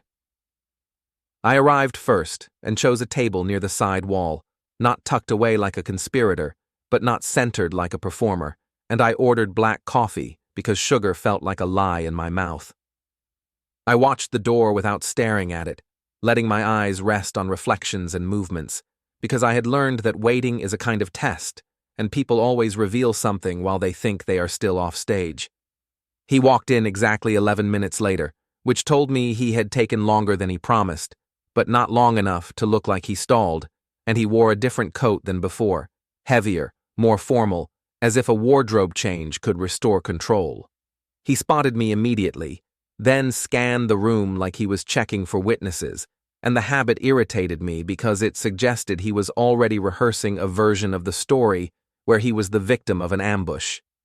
He bought his own drink, which was smart because it prevented any petty narrative about me trying to drug him or manipulate him, and then he sat across from me with a posture that signaled confidence, even though his eyes betrayed a restless, cornered focus. We did not exchange pleasantries, because pleasantries require a shared reality, and we did not have one. He said my name again, slowly, like he was tasting it for poison, and he asked how long she had been living with me. I answered with the simplest truth, because complicated truth sounds like excuse, and I told him it had been nearly a year in my apartment, with her mail, her spare keys, her favorite mug, and her habit of leaving hairpins on every flat surface. His mouth tightened on something like disbelief, and he said she told him she had been rebuilding her life after a difficult relationship, and that her parents were supporting her while she healed. I nodded once, not to validate him, but to mark the point where his fantasy met the wall. He asked why I had moved her belongings out, and his tone carried the accusation of a man who wanted me to be the villain so he could stay the hero. I told him I did it because she left for a girls' weekend and returned with an engagement ring, and because when I asked about it she said we needed to talk, and because I realized I had been living with a person who treated commitment like a rotating door. He flinched slightly at the phrase engagement ring, like even saying it out loud made it more real, and he asked whether I had confronted her. I told him I did not chase her for an argument, because arguments give liars practice, and I told him I packed her things, scheduled movers, and had the key returned through the building office like a clean administrative decision. His fingers tapped the lid of his cup, and he asked if she knew I had done that. I said she would know the second she tried to come back, and I watched his face shift again, because he understood what that implied, and the implication was not just eviction, but replacement, because in her mind, the space she occupied in my life was supposed to be permanent until she chose to leave it. He asked me why I was telling him any of this, and the question carried something raw underneath it, because it was the first time he sounded less like a defender and more like a man trying to calculate whether he had been tricked into buying a ring for a woman who still slept in another man's bed. I slid my phone across the table, not the way you slide it when you want someone to see something, but the way you slide it when you want to establish that you are not afraid of facts. On the screen was a photo I had taken days earlier, showing Lila's neatly stacked boxes in my hallway beside a date-labeled packing list. And beside that was a screenshot of a message thread where she had asked me to leave the spare key under the mat because she was running late, a message that now read like a sick joke. He stared at the screen for a long time, and his breathing changed, shallow and controlled, like he was trying not to let the room see him lose. He pushed the phone back toward me without touching it, and he asked if that was all. I told him it was not all, and I told him I had the mover's receipt with her name, the building email confirming the key drop, and a photo of her engagement ring posted online by a friend who apparently could not resist turning private deception into public decoration. He asked me who sent the packet, and I said again that I did not know, because I did not, and because pretending to know would place me in the center of someone else's revenge. He leaned forward, and his voice lowered, and he asked if I was trying to blackmail him, and for the first time I felt actual contempt rise cleanly through my chest. I told him blackmail required desire, and I told him I did not want anything from him, because I did not want his money, his apology, or his permission to exist. I told him the only thing I wanted was to stop being a character in her story, and I told him that if he wanted a fight, he would have to fight her, not me, because she was the one who sold him a false life and installed herself in mine at the same time. He sat back, and his shoulders looked heavier, as if the facts added weight to his body, and he asked me whether she had said anything about him to me. I almost laughed, but laughter would have been cruel, and I did not want cruelty to be my new identity. I told him she had mentioned a man who came from stability, a man she described as safe, and I told him she said it the same way she described a financial plan or a winter coat, as something useful. His face hardened, not at me, but at the version of himself she had apparently confessed in passing, and he said his parents would never accept this, which was an odd thing to say, because it revealed the real pressure point. Not love, not trust, but approval. He asked me if I would send him copies of what I had, and I paused, because giving him evidence was not a small act. It was handing ammunition to someone I still did not fully understand. I told him I would not send him anything immediately, and I watched his eyes sharpen, but I continued, and I told him I would show him what I had, in person, if he agreed to 2 conditions. I told him the first condition was that he would not contact my work, my building, or anyone in my circle, and I told him the second condition was that if he confronted her, he would do it without dragging my name into it like a threat. He stared at me, weighing whether he could accept boundaries from a stranger, and then he nodded, not because he respected me, but because he needed the truth more than he needed pride. He asked me what I planned to do now. I told him I planned to move, and the admission came out colder than I expected. But it was real, because once betrayal turns public, the city shrinks, and every grocery store aisle becomes a courtroom. I told him I had a transfer lined up, and that my lease was flexible enough to end cleanly, and that I wanted a place where her story would not follow me through mutual friends and casual sightings. He asked whether I planned to disappear before she could explain herself, and the phrase explain herself sounded so innocent that it almost made me angry again. I told him she had already explained herself for months through choices, and I told him I had listened long enough. He stared at the tabletop like it might offer him instructions, and then he asked me a question that surprised me. He asked whether I thought she actually loved him. I did not answer right away, because the honest answer would have wounded him, and the kind answer would have been a lie, and I was done donating lies to anyone. I told him I thought she loved what he represented, and I told him she loved the way his future looked on paper, and I told him she loved the feeling of being wanted by more than one man at a time. His jaw clenched, and he looked away toward the window, where a couple sat laughing over pastries, careless and safe, and the sight seemed to offend him. He pulled his phone from his pocket and stared at it, and I knew what he was considering, because phones make cowards brave and make brave men reckless. He said he could call her right now and force the truth, and I told him that forcing the truth rarely works with someone who has rehearsed 10 versions of every sentence. I told him if he wanted the truth, he needed to ask one question that could not be answered with emotion, a question that required a date, a location, and a consistent timeline. He looked back at me, suspicious again, and he asked what question. I told him to ask her where she slept last Tuesday night, and I told him to ask her to answer without telling a story around it. He swallowed, and I saw his throat move like he was trying to push down panic, and then he said something that confirmed what I had sensed from the beginning. He said his parents were expecting them at a family dinner that evening, and he said he was supposed to announce the engagement formally in front of relatives who would clap and take photos and post them online like a victory. The idea of Lila standing in that dining room with a ring on her finger while my apartment still smelled faintly like her shampoo made something in me go quiet and precise. I told him he should not announce anything tonight, and he said if he backed out now, his mother would demand a reason. I told him then he needed a reason that was factual, not emotional, because emotional reasons can be dismissed as jealousy or fear. He asked me if I would come. The request hung between us like a spark near gasoline, because it was absurd and dangerous and also perfectly logical in his mind, because he wanted a witness who could validate reality.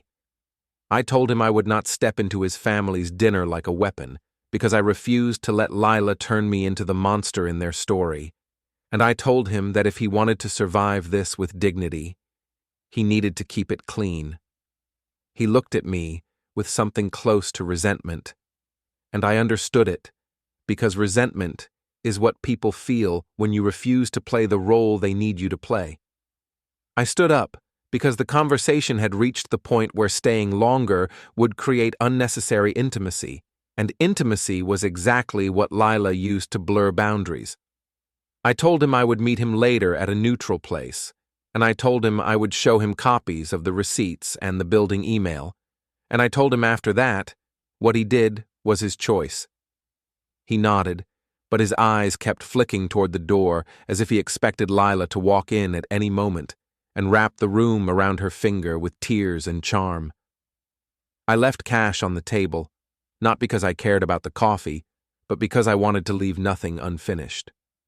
Outside, the air felt sharper and my hands trembled slightly as adrenaline drained, not from fear, but from the strange shock of watching another man realize he had been living inside my life without knowing it. I walked to my car and sat for a minute without starting the engine because I needed to decide what mattered more, closure or control. My phone buzzed with a new notification, and when I looked down, I saw an unknown number had sent a message with no greeting and no signature, just a single sentence that made my stomach drop in a new way. It said very simply that Lila was on her way to my apartment right now, and that she was not coming alone. I sat in my car for a full minute, staring at that message like it could change if I looked at it long enough, and I realized that the one thing I had been counting on, the thin mercy of time, had just been taken off the table. The sender's number meant nothing to me, and the wording felt too precise to be a prank, which narrowed the options down to the kind of person who enjoyed being useful only when it caused maximum damage. I started the engine and drove back toward my building with the same calm you get when your body is tired of panic and decides it would rather be efficient.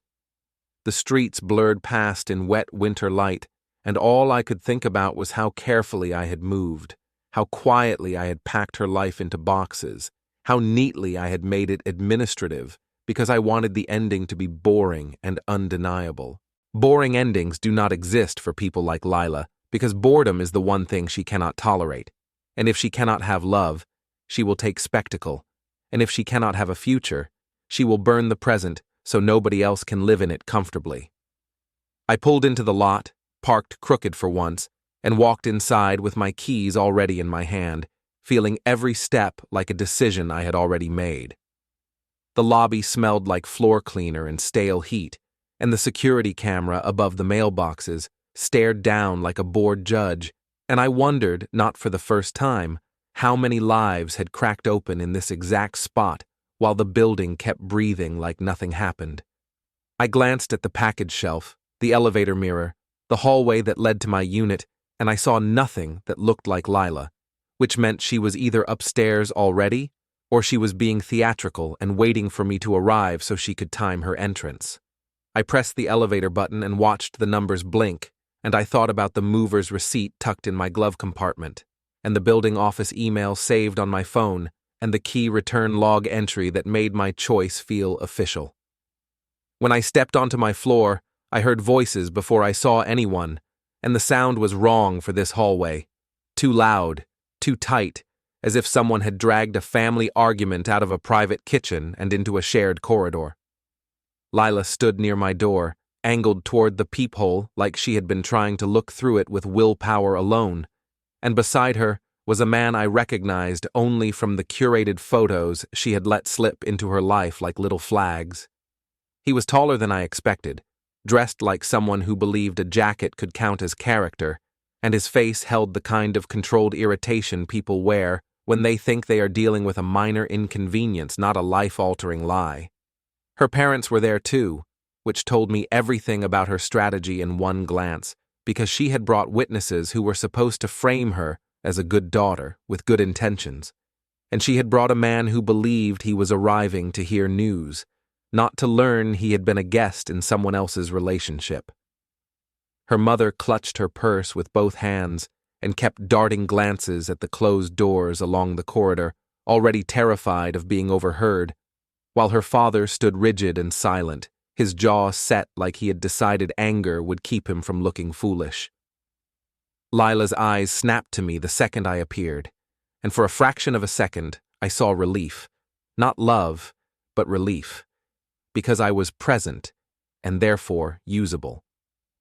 She said my name in the tone people use when they want to pretend familiarity is a form of safety.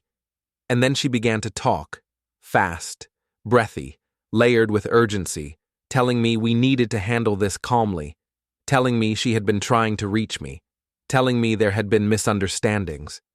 I did not answer her, because answering would invite a negotiation, and I had already chosen not to negotiate with someone who treated truth like a set of interchangeable outfits.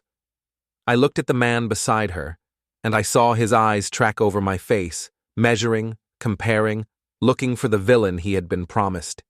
He introduced himself as Graham, and he spoke with the careful firmness of someone who had never been forced to beg for clarity.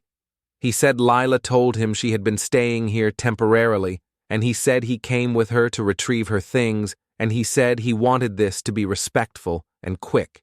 His voice was steady, but his posture was slightly forward, as if he expected me to block the door or explode, as if he had already decided what kind of man I was based on whatever she had fed him.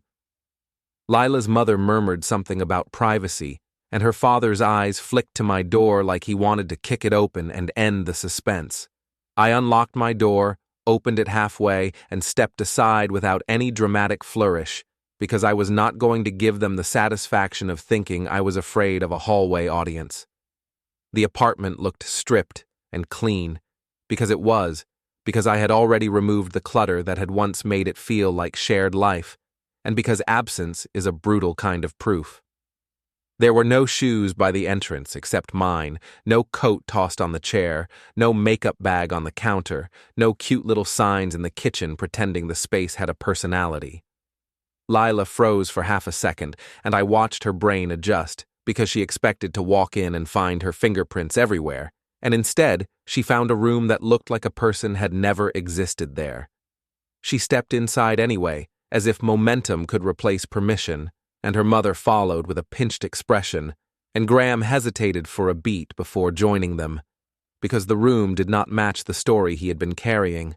Lila turned toward me and asked where her things were, and the question was loaded with outrage, as if she had been robbed instead of removed. I told her calmly that her belongings had been moved out, and I told her they were at the storage unit listed on the mover's invoice, and I told her the key she used was no longer valid because I had returned it and requested a rekey. Her father's eyes widened at the word rekey, as if he did not like the idea that consequences could be purchased with one phone call. Graham looked between us, trying to anchor himself, and he asked, with a faint edge, why I had her things packed if she had only been staying here temporarily. Lila turned her head toward him too quickly, and she said she had told him she was living with a friend while she got back on her feet, and she said she did not want to burden him with details. I watched Graham's face tighten, and I noticed he did not look at her with tenderness. He looked at her like a man searching for a seam in a costume. I told Graham that Lila had not been staying here as a guest, and I told him she had been living with me, and I said it in the same tone you used to correct a wrong address because I refused to sound emotional while telling the truth.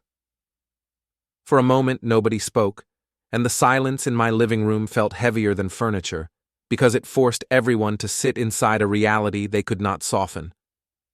Lila tried to laugh, which was a mistake, because laughter is a weapon when it is shared, but a confession when it is alone, and her laugh came out thin and brittle. She said I was being dramatic, and she said we had been complicated, and she said it was not like that. And then she began to talk about timing and stress and how she had not known how to have the conversation. Graham's eyebrows pulled together, and he asked her, slowly, why she had an engagement ring on her finger if she was still living with me. Lila's mother stepped forward and said this was inappropriate, and she asked me to lower my voice even though my voice had been steady, and I realized her mother was not reacting to volume. She was reacting to shame. Her father finally spoke, and he asked me what I wanted, because in his mind every man has a price, and he was looking for the transaction that would make this go away. I told him I wanted nothing, and I told him I had already made the only decision that mattered, and I told him this was not a negotiation. It was the consequence of her choices landing in the same room at the same time. Graham's gaze moved over the apartment again, and it was almost comical how fast his brain started picking up details now that he had permission to see them. He looked at the wall where a framed photo used to hang, leaving behind a slightly lighter rectangle of paint, and he looked at the empty hook by the door where her purse had always hung, and he looked at the kitchen counter where the imprint of a coffee machine had once been, and he looked at Lila like she had turned into a stranger right in front of him. He asked her, quietly, how long she had been living here, and Lila's mouth opened, closed, and then opened again, because she needed a number that could survive the next 5 questions. She said it had been a few months, and she said she had been planning to move out, and she said she was just waiting for the right time. I took my phone from my pocket, opened the building email, and held it out toward Graham, showing the key return confirmation with a date that did not support her timeline at all. I did not shove it at him like a threat. I simply offered it like a receipt, and that detail mattered, because receipts do not argue. They just exist. Graham read the date twice, and I watched his throat move as he swallowed something sharp, and then he asked her why she had told him she was staying with her parents on weekdays. Lila's eyes flashed toward me, full of a warning she no longer had the power to deliver, and she said he was twisting her words, and she said she had never lied. She had just not explained everything. That sentence, that lazy dodge, landed like a slap, because it was the kind of phrase liars love, broad enough to sound reasonable, empty enough to hold any shape. Graham took a step backward, as if he needed distance to think, and her mother reached for his arm with a frantic, placating gesture that made him flinch away. Her father muttered something about handling this privately, but privacy was no longer an option, because the truth was already standing in a hallway that belonged to other people too. Graham turned to me, and his voice sounded different now, stripped of politeness and full of a flat disbelief that hurt more than shouting. He asked me if I had proof, not because he wanted to fight me, but because he needed his mind to stop spinning. I told him I could show him the mover's invoice with her name, and I told him I could show him the storage unit contract, and I told him he could ask her to open her phone and scroll back through her messages, but I also told him he did not need any of that if he would just look at her reaction when questions got specific. Lila interrupted and said he did not have the right to demand her phone, and Graham stared at her like he had just heard the final nail being tapped into place. Her mother began to cry in small, embarrassed bursts, apologizing without saying what she was apologizing for, and her father's face went dark as he realized this was not a misunderstanding between men. It was his daughter's double life collapsing in front of an outsider. Lila stepped closer to Graham and tried to touch his hand, and he pulled back as if her skin carried the lie. He asked her, very calmly, whether she had been sleeping in my bed while she wore his ring. Lila's lips parted, and she started to say something, and then her eyes flicked to me again, and I saw the calculation return, because she still believed she could control the frame if she chose the right words. I did not let her have that moment, because I had spent too long watching her turn conversations into fog. I reached to the shelf by the door, picked up a small, clear sleeve I had prepared without drama, and I placed it on the table between us, containing nothing explosive, just a printed copy of the storage unit address, the mover's invoice number, and the key return confirmation, each page dated, each page boring, each page lethal to her story. Graham stared at the sleeve, then looked up at her, and the expression on his face was not rage, not even heartbreak, but something colder, the sudden understanding that he had been chosen because he was useful, not because he was loved. Lila's voice rose, and she accused me of trying to ruin her life, and she said I was jealous, and she said I was punishing her for moving on, and every word sounded like a script she had practiced in front of a mirror. Graham did not respond to the accusation, and that silence was the first truly honest thing that happened in that room. He turned toward the door, and he said he needed air, and Lila lunged after him in a panic that finally looked real, because losing a fiancé in public is one thing, but losing control of the narrative in front of her parents was the kind of humiliation she could not spin into a win.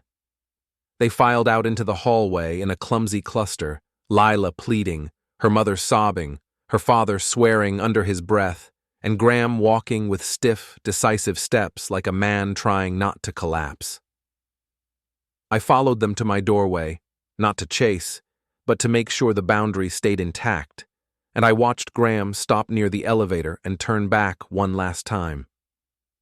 His eyes met mine, and he looked like he wanted to ask me 1,000 questions, but instead he asked only one, the one that mattered most because it proved he was finally seeing the real problem.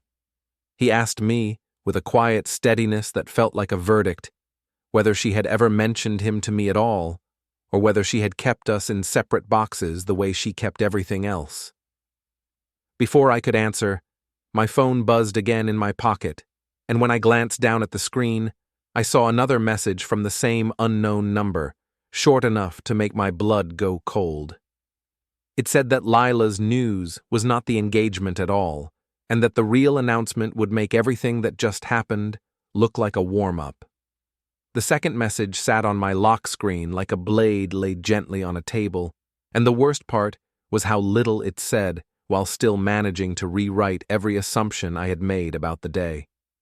I stood in my doorway with my hand on the frame, listening to the elevator cables whine somewhere beyond the wall, and I watched Lila's mother fumble with the call button while Lila tried to keep Graham close with a voice that was suddenly soft and pleading, as if softness could undo a timeline.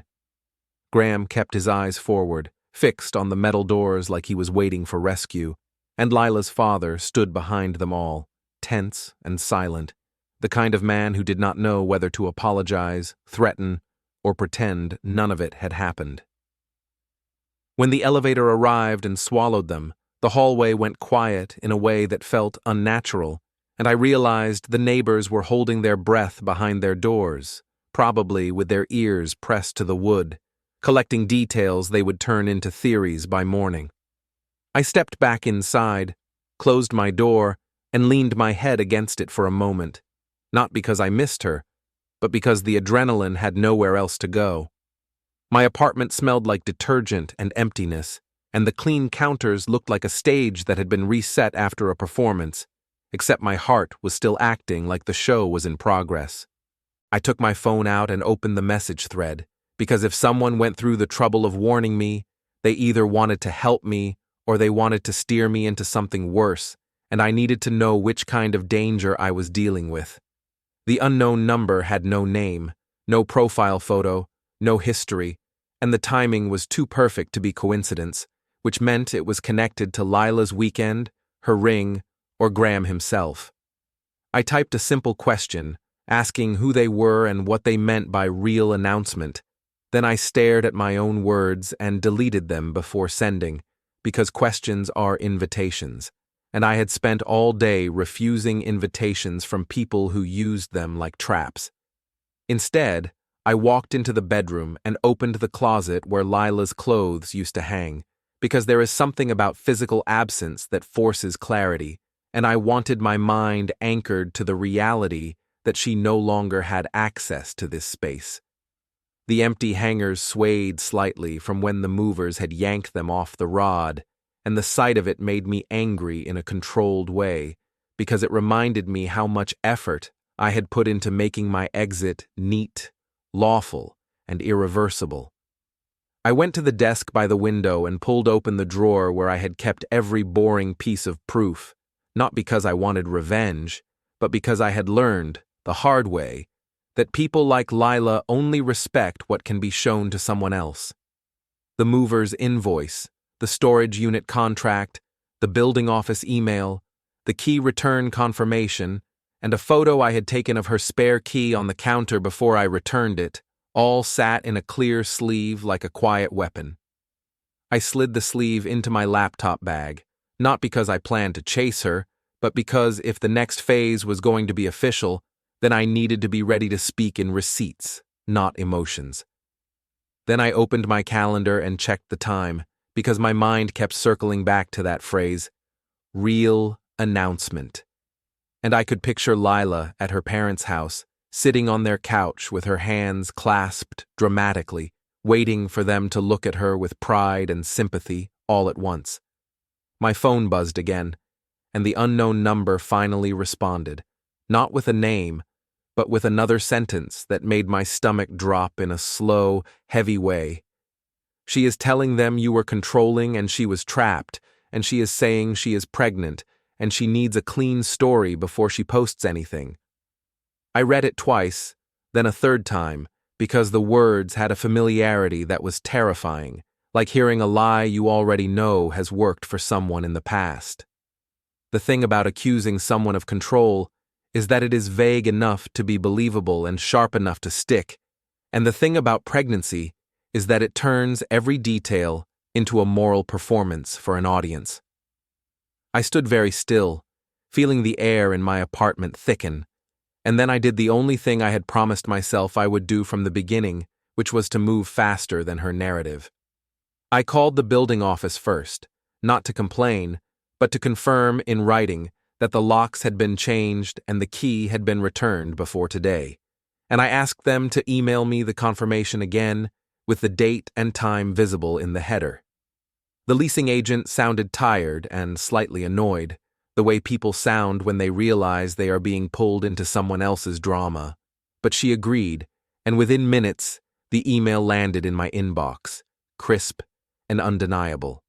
I forwarded it to myself, saved it, and printed it, because digital proof is useful until someone claims it was edited, and paper has a way of ending arguments before they start. Then I called the storage unit office to verify that only my name was on the contract and that access required my identification, because the last thing I needed was Lila showing up with her parents, crying at a front desk until someone decided compassion mattered more than policy. The manager confirmed it in a neutral tone, and she added that if anyone tried to gain access, they would note it and call me, which was the first kindness I had received all day that did not come with a price. I thanked her, hung up, and sat down at my kitchen table with my laptop open, because if Lila was going to accuse me publicly, then my best defense was to be boring, consistent, and documented. I started writing a timeline for myself, not as a dramatic diary, but as a simple list of dates and actions, with receipts attached, because stories collapse when time refuses to bend. I wrote the date she left for her girls' weekend, the date she came back wearing the ring, the time she texted that she needed to talk, and the time I told her no need, and I noted the date I scheduled the movers, the date I returned the key, and the moment she came back with witnesses to a door that no longer belonged to her. As I typed, I kept hearing her voice from the hallway, that panicked, performative softness, and I kept seeing Graham's face, the way it shifted from confidence to confusion, to a kind of stunned humiliation that I almost felt sorry for. Except sympathy is hard when someone steps into your life like a consumer. I did not know whether she was actually pregnant, and the truth was that it did not matter yet, because the claim alone was enough to make people choose sides, and Lila had always understood that the first person to tell the story usually won. If she posted a photo of that ring next to a caption about escaping a controlling ex, people who barely knew me would nod along and share it, because outrage is easier than nuance, and everyone loves a clean villain. I needed to make it impossible for her to paint me as the man who trapped her, because the facts said the opposite, and facts were the only allies I trusted. My phone rang while I was still typing, and when I saw Graham's name on the screen, I felt a brief surge of relief that surprised me, because it meant at least one person in this mess still cared about reality. I answered, and his voice came out strained and hoarse, the voice of someone who had been trying not to lose his mind in front of an audience. He asked me, without any greeting, how long she had been living with me, and when I gave him the honest answer, he exhaled like he had been hit in the chest. He said she was at her parents' house right now, and he said she told them the ring was a promise of stability after a difficult relationship, and he said she framed me as a man who would not let her leave, a man who monitored her, a man who scared her, and he said he did not recognize the woman who could say those things with a straight face. I told him I had moved her belongings out while she was gone precisely to avoid conflict and to avoid any scene where she could claim I had done something to her, and he went silent for a moment, as if he was replaying the hallway confrontation and realizing why my calm had been so deliberate. Then he told me the part that made my hands go cold on the phone. He said she told him she was pregnant, and she said she did not know how to tell him before, and she said the baby was his because they had been trying, and she said the timing was complicated because of stress, and she said she needed him to stand by her, because I was the kind of man who would try to ruin her once I realized she was truly moving on. Graham's voice cracked on that last sentence, not with tears, but with rage, because he realized she was using him as a shield, and he realized the shield had been built out of lies. I told him I could not confirm or deny anything about her pregnancy, because I did not have access to her body or her test, and because the only thing I could responsibly do was deal in what I could prove. I told him I had documentation showing she was living with me, documentation showing I removed her belongings lawfully, and documentation showing she no longer had a key before today, and I told him that if she tried to claim I trapped her, the dates would make her story impossible. Graham asked me to send him copies of everything, and I hesitated for a fraction of a second, not because I wanted to protect Lila, but because I did not trust any of this to stay private once it left my hands. Still, I remembered his face in the hallway, that stunned, hollow look of a man realizing his life had been built on someone else's fiction, and I made a choice I rarely make with strangers, which was to assume he wanted the truth more than he wanted leverage. I told him I would email him the receipts and the timeline, and I told him to keep his communication with her in writing, and I told him that if she tried to drag me into a public fight, he should not defend me with opinions. He should defend himself with questions that demanded dates. He asked me what questions, and I said he should ask her when she moved in with me, and he should ask her why she kept the lease and the mail and the shared utilities out of his story, and he should ask her why she brought him to my building if she was afraid of me, because fear does not stage scenes, fear avoids them. After I hung up, I sat at the table and stared at my own hands, because the situation had shifted from humiliating to dangerous, not in a physical sense, but in the way reputations and relationships can be murdered without a weapon.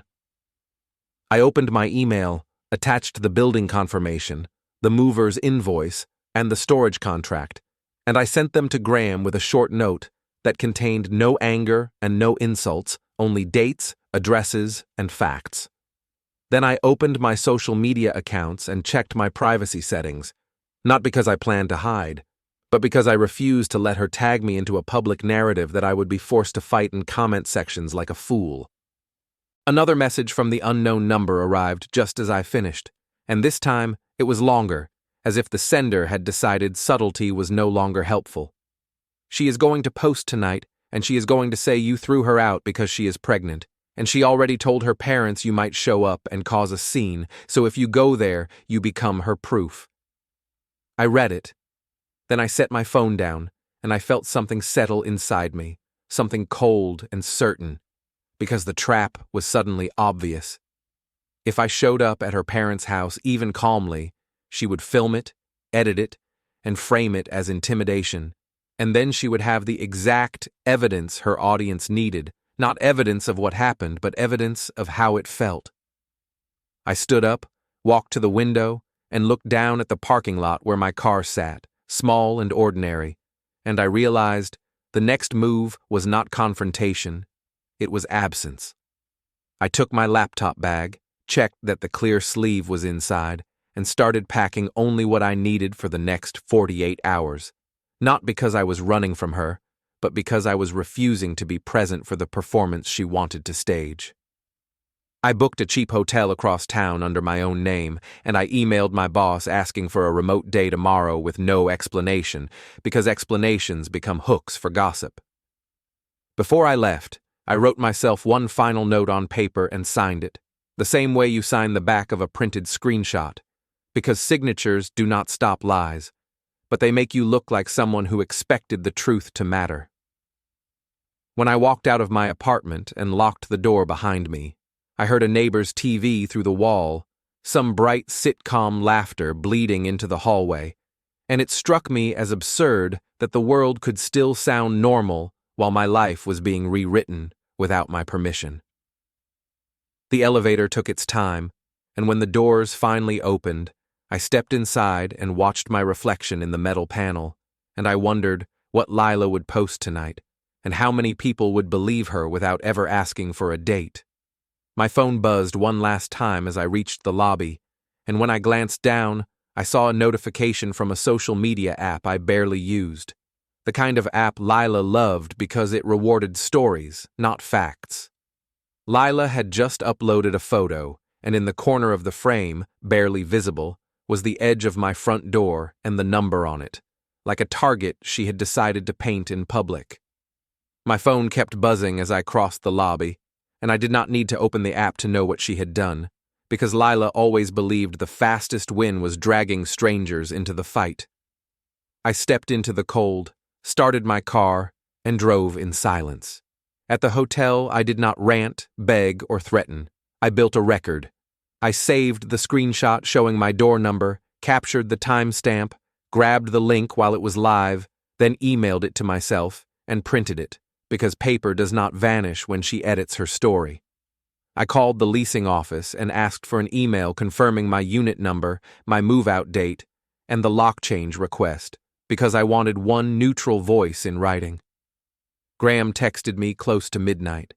He said Lila's parents saw the post, her mother blamed me on sight, and her father called me unstable while Lila cried and kept flashing the ring like it proved something.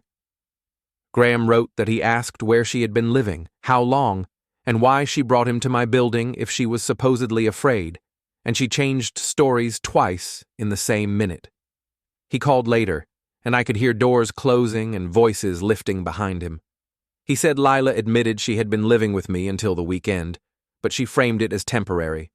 When her father asked why she never told Graham, she blamed work stress and my controlling behavior. Then she slipped and said she needed time to transition, which meant 2 lives at once. Graham said he asked to see a lease or mail, and she had nothing. I kept my voice steady and sent him what I had.